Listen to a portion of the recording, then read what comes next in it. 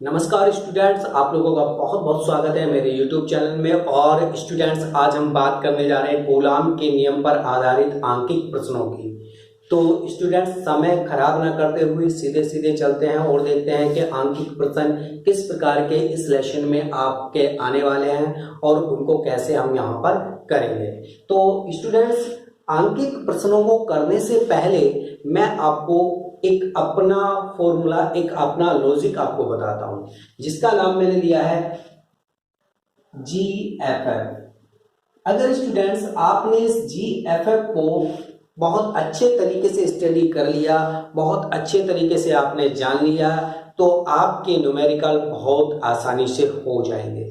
Students ध्यान रखिएगा, यहां पर इस GFF फॉर्मूले को आपको समझना बहुत जरूरी है। तो ये GFF क्या है? जी कहता है गिवन, यानी कि गिवन आपके प्रश्न के अंदर, प्रश्न में आपको दिया हुआ क्या है, क्या क्या चीजें दी हुई हैं, उनके प्रतीक क्या हैं, उनके जो है सिंबल क्या है, ये आपको याद रखना है। सिंबल के बारे में मैं बात करूंगा। तो सबसे पहली बात क्या है कि गिवन क्या है। क्वेश्चन के अंदर जो आपका न्यूमेरिकल है उसमें गिवन में आपको क्या मिला हुआ है। सेकंड क्या है, फाइंड आउट, यानी कि आपको निकालना क्या है, आपको क्या चीज ज्ञात करनी है, वो आपको पता होना चाहिए। अगर आपको यही पता नहीं है कि हमें निकालना क्या है, तो आप प्रश्न कैसे हल कर पाएंगे। तो दो चीजों का विशेष ध्यान रखना, प्रश्न के अंदर दिया क्या है और प्रश्न में निकालना क्या है। तीसरा क्या है कि जो चीज हमें निकालनी है उसका फॉर्मूला क्या है। अगर स्टूडेंट्स आपने इन तीनों चीजों को फाइंड आउट कर लिया, तीनों चीजों का पता कर लिया, तीनों चीजें आपको पता हो गई हैं, तो आपके पास केवल रह जाती है कैलकुलेशन, उसको आप कर पाएंगे इजीली। तो ये मेरा GFF फॉर्मूला आपको याद रखना है। और GFF में सबसे बड़ी जो बात होती है वो होती है गिवन की, कि हमें दिया गया है। गिवन आंकिक प्रश्न में गिवन को देखने के लिए कि दिया क्या है, उसको जानने के लिए आपको मात्रकों पे ध्यान देना है। यानी कि किसी भी राशि की यूनिट क्या है, किसी भी राशि का मात्रक क्या है, ये आपको ध्यान रखना है। तो मैं यहां पर जो इस लेसन के अंदर फॉर्मूले आए हैं, सबसे पहले उनको लिखूंगा और उन्हीं के साथ में जो राशि यहां पर आने वाली है आंकिक प्रश्नों में, उनके प्रतीक और उनके मात्रक आपको लिख रहा हूं, ये आपको याद रखने हैं। स्टूडेंट्स, यहां पर मैंने ये फॉर्मूले लिखे हैं जो इस लेसन में आने वाले हैं। Q बराबर NE, ये फॉर्मूला आया। F बराबर 1/4 pi epsilon not Q1 Q2 बटे R स्क्वायर, यानी कि जब आवेश जो है वायु अथवा निर्वात में रखे होंगे तो उनके बीच में लगने वाला बल। FM, इसको डिनोट मैंने स्मॉल छोटा सा m लिखा है, क्योंकि ये फॉर्मूला वहां पर काम देगा जहां आपके जो आवेश हैं वो आपके किसी माध्यम में रखे हों, यानी कि वायु अथवा निर्वात में ना रखे हों, किसी अन्य माध्यम में रखे हों, जल, कांच वगैरह जिसमें भी है, तो वहां पर होगा F बराबर = 1/4 pi epsilon not K Q1 Q2 बटे R स्क्वायर। देन ये प्रावेदुतांक का formula epsilon upon epsilon naught, या epsilon epsilon naught into K। यहाँ पर जब हमें वायु में लगने वाला बल दिया होता है दो आवेशों के बीच, और हमें किसी माध्यम में उन आवेशों के बीच लगने वाला बल हमें ज्ञात करना होता है, तो यहाँ पर हम इस फॉर्मूले का यूज कर सकते हैं। यहाँ पर स्टूडेंट्स मैंने यहाँ पर ये राशि लिख दी है। जैसे आवेश की मात्रा को किससे डिनोट करेंगे हम? Q से। इसका प्रतीक क्या होगा? Q, और इसका मात्रक है कूलाम। अगर किसी राशि के पीछे मात्रक में कूलाम लिखा हुआ है तो समझ जाना वो क्या है, आवेश की मात्रा है।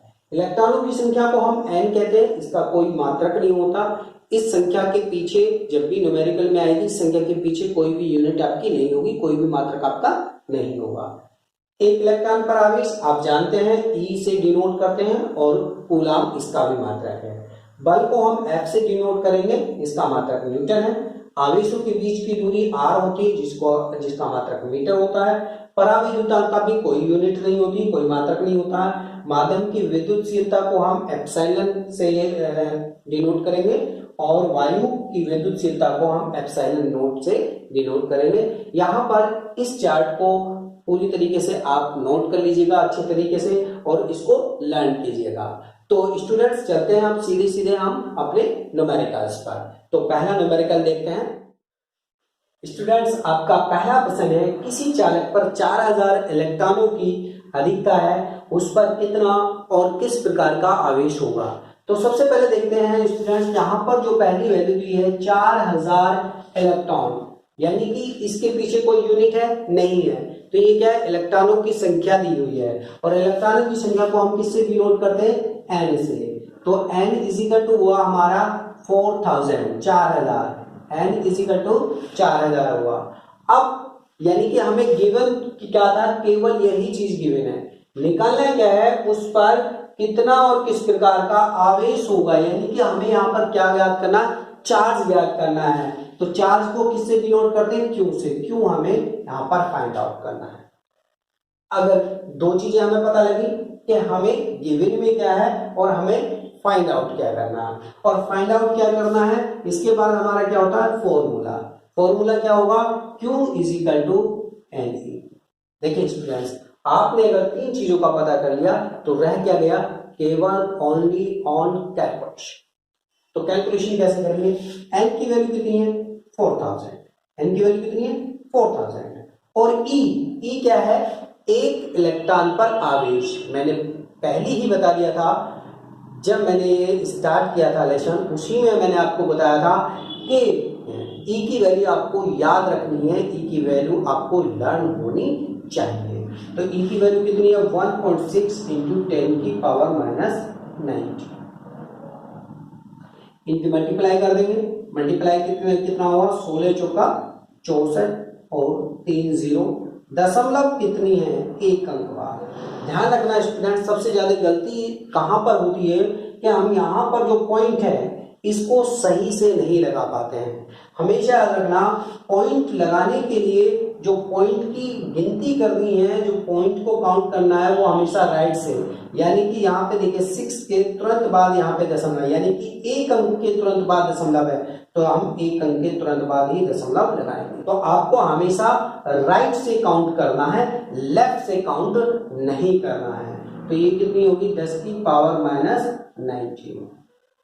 और फिजिक्स का रूल है कि आपका जो आंसर है लेफ्ट से 1 डिजिट के बाद तुरंत आपका दशमलव बिंदु होना चाहिए। इस तरीके से लिखते हैं, लेकिन ये ऐसे ही नहीं लिखा जाएगा। एक चीज और पॉइंट टू पॉइंट याद रखना कि जैसे ही आप पॉइंट को लेफ्ट की तरफ स्थानांतरित करेंगे, लेफ्ट की तरफ लेके जाएंगे, तो जितने डिजिट आपने लेफ्ट की तरफ को डेसिमल को लेके आए हैं, उतनी ही यहाँ पर पावर प्लस कर दी जाती है। याद रखना, जितना आप लेफ्ट की तरफ को लेके आएंगे उतनी पावर यहाँ पर प्लस होगी, जितना आप राइट की तरफ को लेके जाएंगे उतनी ही पावर माइनस में होगी। आप याद रखना, तो यहाँ पर कितना हो गया, ये हो गया 6.4 और इंटू 10 की पावर यहाँ कितना रह गया, -16 कूलम। इतना चार्ज आपका उस पर आवेशित चालक पर होगा। अब इसमें सेकंड बात क्या पूछी है, किस प्रकार का होगा, ये भी बताना है, यानी कि वो धनावेशित होगा या ऋणावेशित होगा। तो इसका आंसर प्रश्न के अंदर ही है। मैंने आपको बताया था, पिछली कक्षा में मैंने आपको बताया था कि अगर किसी पदार्थ पर धनावेश है तो उस पर इलेक्ट्रॉनों की कमी होगी, और अगर किसी पदार्थ पर ऋणावेश है तो उस पर अधिकता होगी।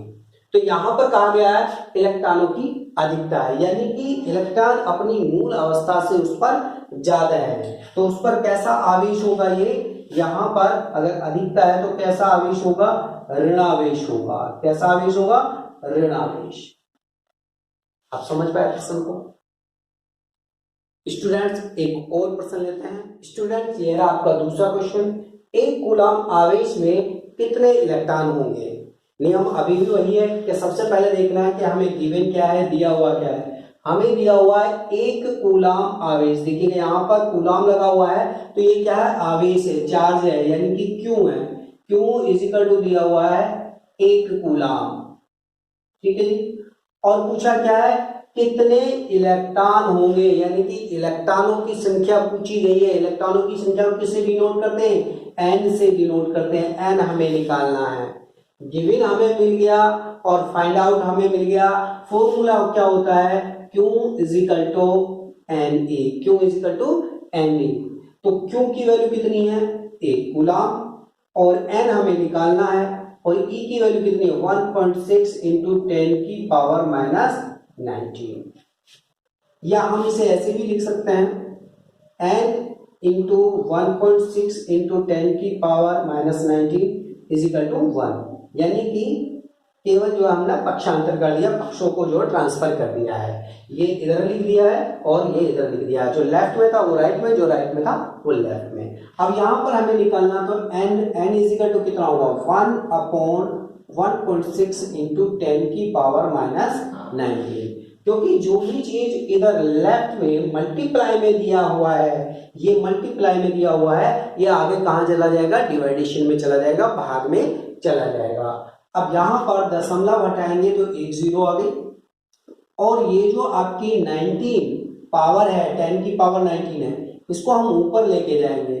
तो जब हम इसको ऊपर लेके जाएंगे, यहां पर लेके जाएंगे, तो ये यहां पर माइनस में है, तो ये यहां पर प्लस में हो जाएगी, क्योंकि जब भी पावर नीचे से ऊपर जाएगी या ऊपर से नीचे जाएगी तो उसका साइन चेंज हो जाएगा। अपोन में कितना है, 16 से हम 10 को डिवाइड नहीं कर सकते, तो यहां से एक पावर इधर ले लेंगे। एक पावर का मतलब होता है 10, यानी कि 10 यहां लिया तो कितना होगा, 10 इंटू 10 100 हो गया, और 10 की पावर यहाँ कितनी बची, 18। एक पावर यहाँ होगी 100 हो गया, यहाँ बची 18 बटे 16 से इसको भाग लेंगे तो कितना आएगा, 16 छिकम 96, 16 दूनी 32, 16 पंजे 80, इतना। तो इलेक्ट्रॉनों की संख्या कितनी आ गई, 6.25 इंटू 10 की पावर 18 इलेक्ट्रॉन है उस पर, जिस पर जो है 1 कूलाम आवेश है। अब यहाँ पर कम या ज्यादा है वो डिपेंड करता है कि अगर इसने ऋणावेश दिया है या धनावेश। यहाँ पर इसने ना तो ऋणावेश की बात करी है और ना ही धनावेश की। अगर यहाँ पर ये धनावेश होता, यहाँ पर धनावेश होता तो इतने इलेक्ट्रॉनों की क्या होती, कमी होती, और अगर यहाँ पर ये ऋणावेश होता तो इतने ही इलेक्ट्रॉनों की यहाँ पर क्या होती, अधिकता होती। स्टूडेंट्स नेक्स्ट क्वेश्चन देखते हैं। स्टूडेंट्स ये रहा आपका तीसरा प्रश्न, यदि शुद्ध जल का परावैद्युतांक 81 हो तो इसकी निरपेक्ष वैद्युतशीलता कितनी होगी। तो सबसे पहले बात करते हैं, यहाँ पर दिया क्या है आपको, परावैद्युतांक दिया। परावैद्युतांक दिया मतलब आपको दिया है के कितना है, 81। तो इसकी निरपेक्ष वैद्युतशीलता यानी कि पूछा क्या है, एप्सिलॉन पूछा है आपसे। जल की वैद्युतशीलता पूछा है, वायु अथवा निर्वात की नहीं पूछी, जल की वैद्युतशीलता पूछी है। तो यहाँ पर आपको के दिया है और एप्सिलॉन आपको निकालना है। फॉर्मूला क्या है, epsilon is equal to epsilon naught into K, ये आपका फॉर्मूला है। तीनों चीजें मिलकर कैलकुलेशन करनी है। एप्सिलॉन नॉट की वैल्यू 8.85 इंटू 10 की पावर माइनस 12, और के की वैल्यू हो गई 81। इसको मल्टीप्लाई कर देंगे, कितना हो गया, मल्टीप्लाई कर लेते हैं फटाफट। 8.85 81 मल्टीप्लाई करते हैं, 5 8 8 8 पंजे 40, 4 से 4 8 8 64, 4 68 6 8 8 64 64 और 6 70। इसको ऐड करेंगे कितना होगा, 5 8 18 16 1 से क्या आ गया, 71685 इंटू 10 की पावर माइनस 12। मैंने आपको बताया दशमलव कैसे लगानी है, राइट से काउंट करना, लेफ्ट से नहीं, राइट से काउंट करना। राइट से कितने डिजिट के बाद है, 2 अंकों बाद, तो 2 अंकों बाद यहाँ पर दशमलव आ जाएगी। और मैंने फिजिक्स में बताया कि लेफ्ट से 1 डिजिट के बाद आपका डेसिमल होना चाहिए। तो आप देखेंगे यहाँ पर मैंने 2 अंक लिए, तो 2 डिजिट मैंने इधर को कराया, तो जब 2 डिजिट हम लेफ्ट की तरफ को आएंगे तो प्लस के 2 हो जाएगा। और यहाँ पर डेसिमल को छोड़ने का तरीका है, अगर मैं 8 को छोड़ूंगा तो ये कितना हो जाएगा, 7 हो जाएगा, और 10 की पावर माइनस 10 हो गई। यहाँ पर ये होगा आपका विद्युतशीलता। इसका मतलब क्या बताया था, कूलाम स्क्वायर प्रति newton metre square, coulomb square प्रति न्यूटन मीटर स्क्वायर, ये आपका आंसर है। तो स्टूडेंट्स चलते हैं नेक्स्ट क्वेश्चन की तरफ। स्टूडेंट्स ये रहा आपका चौथा प्रश्न, दो प्रोटॉनों के बीच लगने वाले प्रतिकर्षण बल की गणना कीजिए जबकि उनके बीच की दूरी 4.0 × 10⁻⁻15 मीटर है। तो स्टूडेंट्स यहाँ पर देखना है कि हमें गिवन में क्या क्या है। तो सबसे पहले हम बात करते हैं दो प्रोटॉन। देखिए, अगर हमें दो प्रोटॉनों के बीच बल ज्ञात करना है तो दोनों प्रोटॉनों पर आवेश का पता होना चाहिए, और दोनों प्रोटॉनों पर जो आवेश होता है वो प्रत्येक प्रोटॉन पर इतना आवेश होता है, इतने कूलम का, यानी कि पहले पर प्रोटॉन पर भी 1.6 × 10⁻⁻19 कूलम का है पॉजिटिव में धनावेश, और दूसरे पर भी 1.6 × -19 कूलम का ही आवेश होगा। ध्यान रखना, जितना इलेक्ट्रॉन पर आवेश होता है उतना ही आपका प्रोटॉन पर भी आवेश होता है। इलेक्ट्रॉन पर नेगेटिव चार्ज होता है और प्रोटॉन पर पॉजिटिव चार्ज होता है। इसके बाद यहाँ पर दिया है आपको बीच की दूरी यानी कि R दिया हुआ है। R कितना, 4.0 × 10⁻⁻15 मीटर में दिया है। तो क्या होगी, बीच की दूरी होगी R। निकालना क्या है, हमें बल निकालना है। ठीक है, बल के लिए फॉर्मूला क्या है, F = 1/4πε0 Q1 Q2/R²। फ्रेंड्स, यहाँ पर किसी माध्यम की बात नहीं करी गई है। अगर यहाँ पर माध्यम की बात करी गई होती तो यहाँ पर पराविद्युतांक देता और फिर हम यहाँ पर K का और यूज करते, लेकिन अब नहीं करेंगे। तो F = कितना हुआ, F इसकी वैल्यू मैंने आपको बताई थी पिछली कक्षा में, 9 × 10⁹ और Q1 1.6 × 10⁻⁻19, Q2 भी 1.6 × 10⁻⁻19 और R 4.0 × 10⁻⁻15 का स्क्वायर। देखेंगे कैलकुलेशन कैसे करनी है। कैलकुलेशन बहुत ही ध्यान से करना और बिल्कुल कूल माइंड होकर के, घनी बड़ी कैलकुलेशन नहीं है, सिर्फ ध्यान से करने वाली बात है।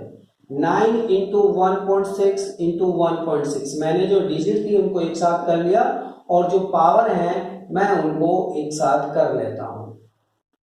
देखिएगा, नीचे स्क्वायर हो रहा तो मैं इसको भी दो बार लिख देता हूं, 4.0 और 10 की पावर यहाँ पर -15 और इंटू -15, बिल्कुल जीरो लेवल की कैलकुलेशन बता रहा हूँ। दशमलव से दशमलव हट गई, ये भी दशमलव हट गई। ठीक है, 4 से काट लेते हैं, 4 × 40 होगा और 4 × 16 होगा। यहाँ भी 4 × 40 होगा और 4 × 16 होगा। अगर ऊपर वाली मैं कैलकुलेशन करूँ तो 9 × 36, 36 चौके हो गए 144। ऊपर की पावर की बात हम कर लेते हैं, 19 और 19 हो गई 38, माइनस की और प्लस की 9, तो कितनी बची, -29। यहाँ पर भी नीचे देख लेते हैं, 15 और 15 30 हो गई माइनस का, एक पावर यहाँ एक पावर यहाँ 2 हो गई है, यानी कि कितनी पावर बची, -28। समझ पाए आप। अब इसको ऊपर वाली को नीचे ले आओ, ऊपर वाली ज्यादा है, जब ज्यादा वाली को नीचे ले आओ तो कितना होगा, F = होगा 144 गुणा तो खत्म हो जाएगा, तो नीचे आ जाएगा तो ये कितनी हो गई, माइनस के 28 और प्लस के 29, तो कितना हुआ 144/10 बच गया, 144/10, एक पावर बच गई, 10 से भाग दे देंगे तो कितना होगा 14.4 न्यूटन। ये आपका आंसर है। स्टूडेंट्स, ये रहा आपका अगला प्रश्न, दो प्रोटॉनों के बीच की दूरी की गणना कीजिए यदि उनके बीच का प्रतिकर्षण बल एक प्रोटॉन के भार के बराबर है। तो स्टूडेंट सबसे पहले देखते हैं इसमें गिवन क्या है। दो प्रोटॉन यानी कि दो प्रोटॉनों के बीच की दूरी की हमें गणना करनी है। तो यहाँ पर दो प्रोटॉन लिए हैं और प्रत्येक प्रोटॉन पर आवेश कितना होगा, 1.6 × 10⁻⁻19 कूलम। इतना ही आवेश हमारे दूसरे प्रोटॉन पर भी होगा, यानी कि हमें Q1 और Q2 यहाँ पर गिवन में है। सेकंड क्या है कि हमें यहाँ पर प्रोटॉन का द्रव्यमान दिया हुआ है, यानी कि m दिया हुआ है। m को यहाँ पर लिख लेते हैं, द्रव्यमान को m से डिनोट करेंगे। और यहाँ पर g दिया हुआ है, g मतलब गुरुत्वीय त्वरण भी यहाँ पर दिया हुआ है। सेकेंड, अब हमें फाइंड आउट क्या करना है, हमें जो निकालना है, कह रहे हैं बीच की दूरी ज्ञात करनी है। दूरी मतलब r निकालनी है। स्टूडेंट्स आप समझ पाए, यहाँ पर r निकालना है। और यहाँ पर एक कंडीशन दी हुई है कि जो इनके बीच प्रतिकर्षण बल लग रहा है वो प्रोटॉन के भार के बराबर है। यानी कि हम लिख सकते हैं प्रतिकर्षण बल वो किसके बराबर है, प्रोटॉन का भार,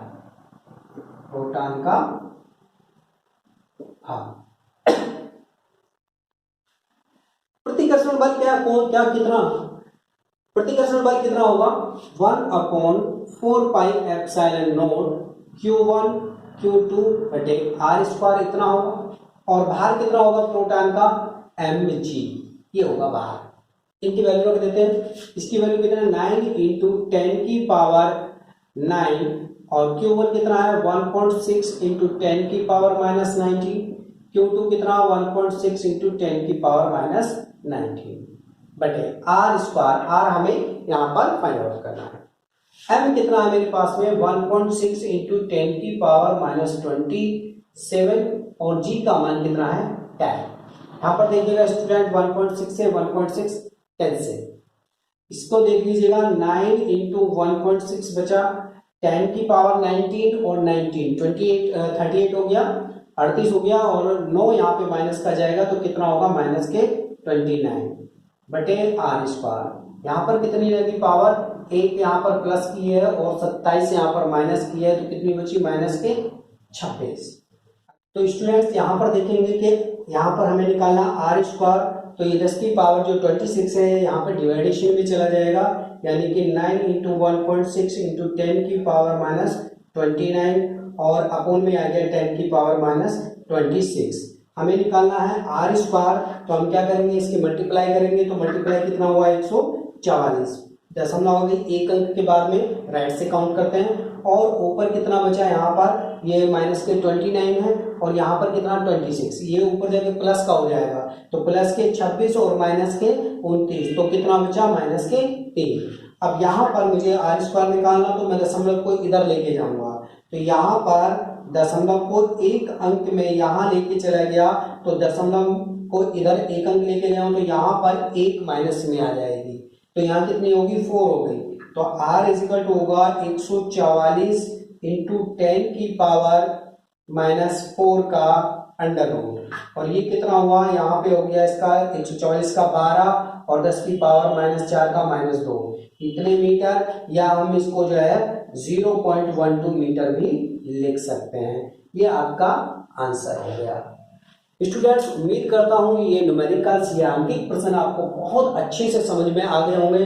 अगर किसी भी प्रश्न के बारे में आप अच्छे से ना समझ पाए तो वीडियो को दोबारा देखिएगा, कमेंट बॉक्स में लिखिएगा कि आप कौन से प्रश्न और करना चाहते हैं।